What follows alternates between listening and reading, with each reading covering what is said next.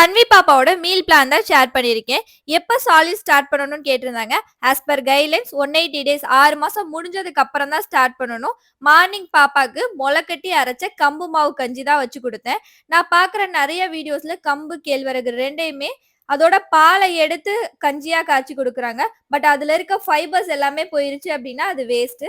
So நான் கம்பு and கேழ்வரகு 2மே மொளக்கட்டி அரைச்சு வச்சு தான் வந்து என்னென்ன குடுக்குறேன்.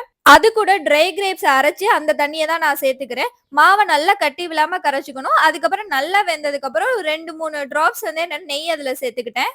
இது பேபிஸ்க்கு நல்ல ஹெல்தியான பிரேக்ஃபாஸ்ட். நீங்களும் ட்ரை பண்ணி பாருங்க.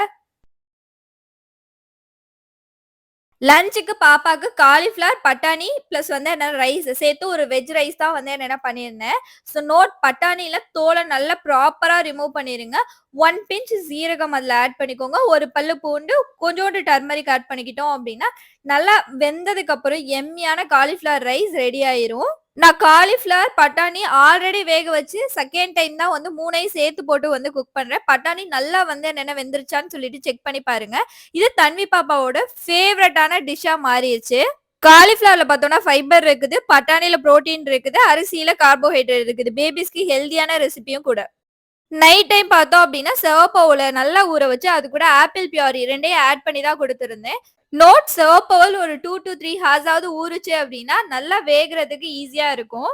சிவப்பவுல பார்த்தோம் அப்படின்னா கார்போஹைட்ரேட், அது மட்டும் இல்லாம விட்டமின், மினரல், ஃபேட் ஃப்ரீயும் கூட சொல்றாங்க. இது டைஜஷன் சிஸ்டத்துக்குமே நல்லா ஹெல்ப் பண்றதுனால நைட் டின்னருக்கு கண்டிப்பா யூஸ் பண்ணலாம். என்னோட பேபி ஹாப்பி. உங்க பேபிக்கு மீல் பிளான் பண்றதுக்கு எப்படியெல்லாம் பிளான் பண்றீங்க அப்படின்னு சொல்லிட்டு கமெண்ட் பண்ணுங்க. தேங்க்ஸ் ஃபார் வாட்சிங்.